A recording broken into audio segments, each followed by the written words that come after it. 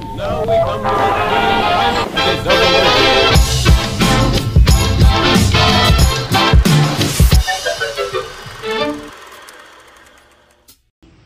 Gawa tayo ng masarap na pang-umagahan.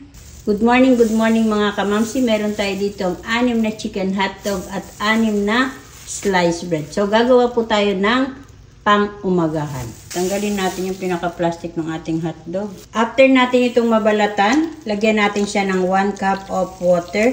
Then, buksan natin ang ating stove at lutuin natin yung hotdog.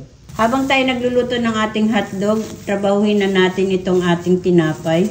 Tanggalan natin ng mga tabihan ng tinapay natin. Kuha tayo ng makapal na baso or di kaya ay rolling pin. I-flatten nyo lang yan. So, okay na yan mga kamamsi. Luto ng ating hotdog, tanggalin na natin.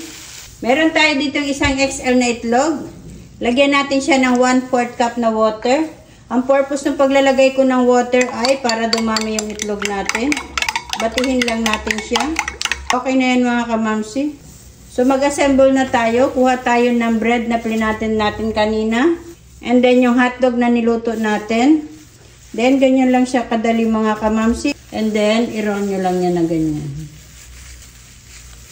So ganyan lang siya mga kamamsi.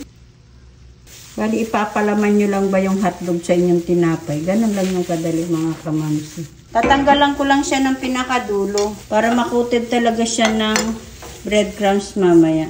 So, ayan na mga kamamsi, ready na yung ating tinapay. So, ang gagawin natin, ikukutid lang natin, isasawsaw lang natin yung ating bread dito sa ating itlog at tubig.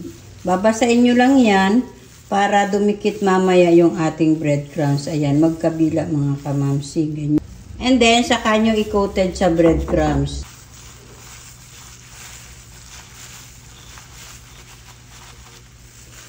So, ayan na siya mga kamamsi.